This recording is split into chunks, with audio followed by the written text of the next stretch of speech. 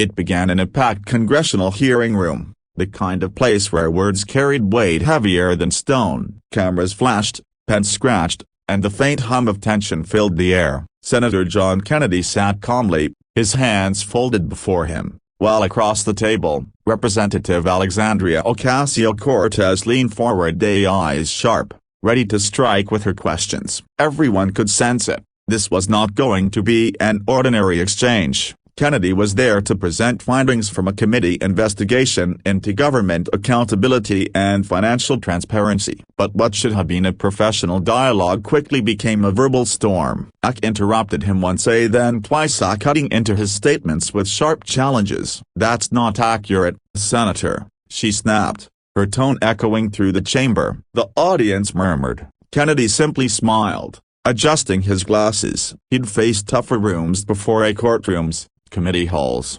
and political debates where tempers burned hotter than reason. But then she did it again. A third interruption, then a fourth. Kennedy barely got through half a sentence before Ak interjected. It was clear she wanted to control the narrative, to box him into a corner before he could make his point. The journalists seated in the back started scribbling notes faster, sensing a viral moment in the making. Kennedy took a slow breath. He could have fired back. After all, he was known for his razor-sharp wit, but he didn't. He just waited, letting the tension build, his silence louder than her words. By the fifth interruption, the room was on edge. Ak leaned forward again, her tone now visibly frustrated. "Senator, with all due respect, you're avoiding the question." Kennedy looked up at her, his calmness almost disarming. He spoke softly, "Congresswoman, I believe I was still answering." His politeness was almost unnerving. Then came the sixth interruption, a breaking point. She raised her voice,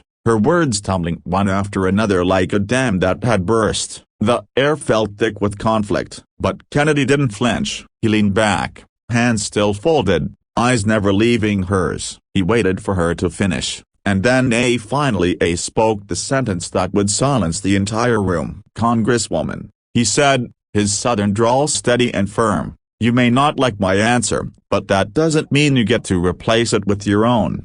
For a heartbeat, everything stopped, the chatter, the scribbling, even the sound of camera shutters gone. Ak blinked, caught off guard. It wasn't anger in his voice, it was clarity, discipline, and conviction. Kennedy's words weren't meant to humiliate, they were meant to remind. A reminder that respect in dialogue isn't about dominance, it's about decency. The chairman cleared his throat, visibly uncomfortable with the silence that followed. Ak sat back, visibly restraining herself, and Kennedy continued his statement without interruption. This time, everyone listened. His tone was composed, his words simple but strong, about the importance of truth, of patience, of not letting passion erase professionalism.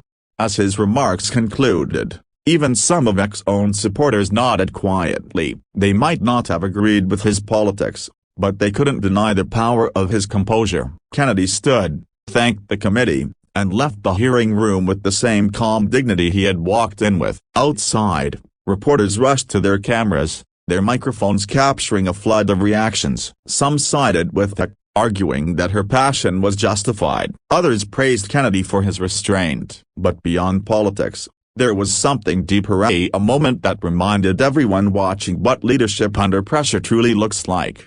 That night, clips of the exchange flooded social media. The comment sections were ablaze with debates, memes, and admiration. Yet amid all the noise, one phrase from Kennedy's statement echoed the loudest. "Greater than you may not like my answer, but that doesn't mean you get to replace it with your own." In a time when shouting often drowns out understanding, that line struck like truth itself. It wasn't just about politics, it was about how people talk to one another, about listening even when you disagree. Kennedy's calm defiance, his refusal to meet fire with fire, became a quiet lesson in strength. Days later, during an interview, Kennedy was asked if he felt offended by the interruptions. He smiled that familiar, humble smile and replied, "I wasn't there to win an argument, I was there to speak the truth, and truth doesn't need to shout, it just needs to be heard." The interviewer paused, visibly moved. And perhaps that's what made the moment unforgettable. In a world fueled by noise and division,